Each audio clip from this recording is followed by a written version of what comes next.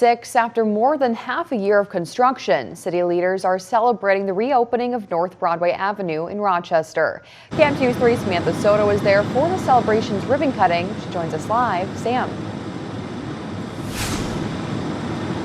Annalise, yes, I'm here on North Broadway Avenue and 7th Street, where construction on this main road here began all the way back in May.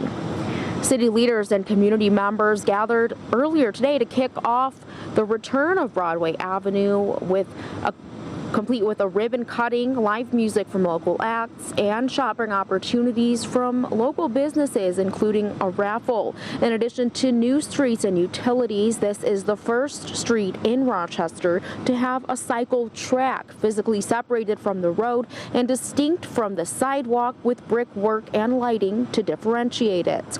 President of We Bike Rochester, Rochelle Sujiyama, says this has been a long time in the works with the community and city. Bicycling is my primary form of transportation, so this just opens up a primary road that will get me from point A to point B the fastest, whichever way I need to go. This is a 2-year project. Construction is set to resume next year with work on roadways and side streets, and alleyways, and dirt areas like this are going to be planted with trees in the spring. Live in Rochester, Samantha Soto, KIMT News 3. Thank you, Sam. The roadway will be reopened to traffic from Silver Lake Bridge to Civic Center Drive on Monday. State Representative Liz Bolden of Rochester was among the hundreds of voting rights activists arrested at a protest outside the White House on Wednesday. According to the League of Women Voters, roughly 800 protesters were there pushing for the White House to get the Senate to pass the Freedom to Vote Act and John Lewis Voting Rights Advancement Act. Both pieces of legislation have been blocked in procedural votes. KIMT News 3 spoke with Representative Bolden, who says this legislation is needed at the federal level. This is a fairness issue, it's a moral issue, it's a democracy issue, and it is necessary to be sure that everybody is able to cast their vote, so we can continue on and do work on all of the other topics that we need to do the work on. Bolden says she will continue to take part in demonstrations raising awareness on this issue until there's action at the federal level, and plans to continue her work at the state level. Affordable housing continues to be a major roadblock in the Med-City. This morning, the Muslim Coalition of Isaiah held a forum with Olmsted County to discuss the issue. The Muslim Coalition of Isaiah is a nonprofit representing mosques in Minnesota dedicated to racial and economic justice throughout the state. The nonprofit teamed up with County Commissioner Sheila Cascaden and Housing and Redevelopment Authority Director Dave Dunn to address the housing affordability issues. Some of the topics discussed at Grey Duck Theater and Coffee House include the high cost of rent and the inability of people to become homeowners. According to the Muslim Coalition of Isaiah community organizer Abdullahi Aden, a lot of affordable housing issues impact people of color. There's a huge homeownership gap. About 77% of white families own homes in Rochester County, in Olmsted County, sorry, and only 22% when it comes to Black and the Somali community. So I think it's quite interesting to have this discussion and how we can fix this gap. HRA Director Dave Dunn tells KIMT News 3 the county wants more affordable housing in all of its cities within the next 5 years. He also says 90% of what's available on the market currently is in Rochester. The FDA signed off on COVID-19 booster shots for adults this week, but some worry it's becoming too late to turn around Minnesota's latest surge. Liz Collin talked to the state's top infectious disease expert to talk boosters, breakthrough cases, and the best way to handle the holidays this year.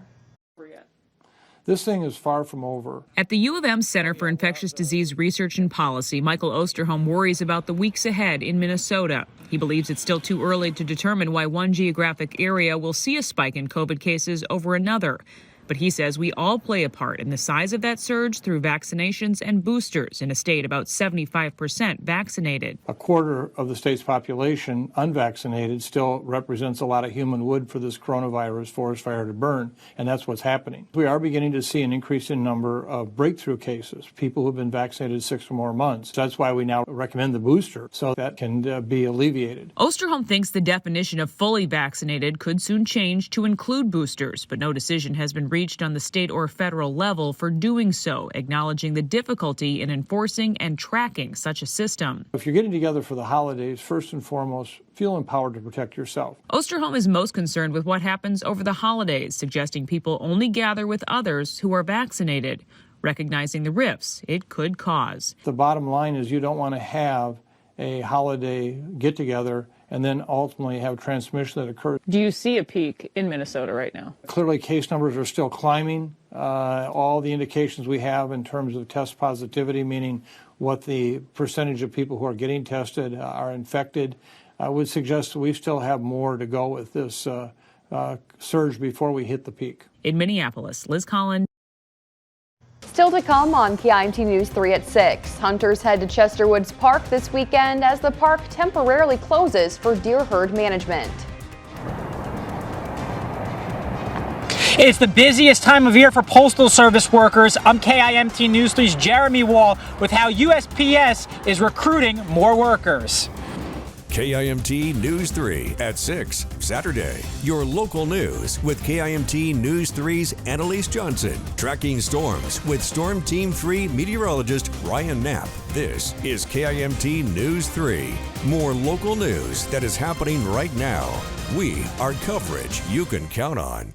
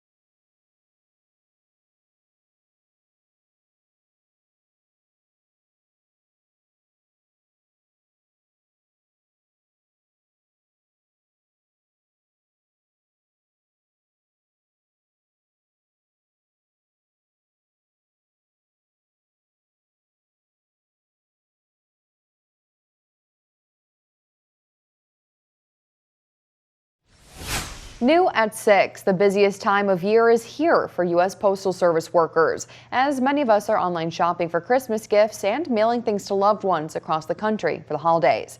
USPS is hoping to employ more mail carriers in time for the holiday season. KIMT News 3's Jeremy Wall joins us live to tell us about its efforts. Jeremy. Annalise, the job fair took place behind me earlier at USPS's Valley High Drive location. Postmaster Haley White tells me the post offices in the Med City are looking for more city carriers, rural carriers, plus assistant rural carriers. Those are people who deliver Amazon packages on Sundays. Today was the 4th job fair the Rochester Post Office has held since the beginning of October in an effort to recruit more people in time for the holidays. White also tells me the U.S. Postal Service as a whole is understaffed. So far, the Valley High Drive location has seen a total of 30 applicants from the job fairs. This is something that is a career path for everybody. Carrying mail is not the only thing that you can do here in the post office. Once you make a career position, there are management positions available, IT, finance. You can go and work for our Postal Inspection Service. There's a whole lot of opportunity available. There are more job fairs coming up at the Valley High Drive location of the U.S. Postal Service. They will be on December 10th, 17th, and 21st. Live in Rochester, Jeremy Wall, KIMT News 3. Thank you, Jeremy. The positions Jeremy mentioned are permanent and not seasonal. For a full list of open positions with U.S. Postal Service, be sure to head to KIMT.com and find this story under the local news tab.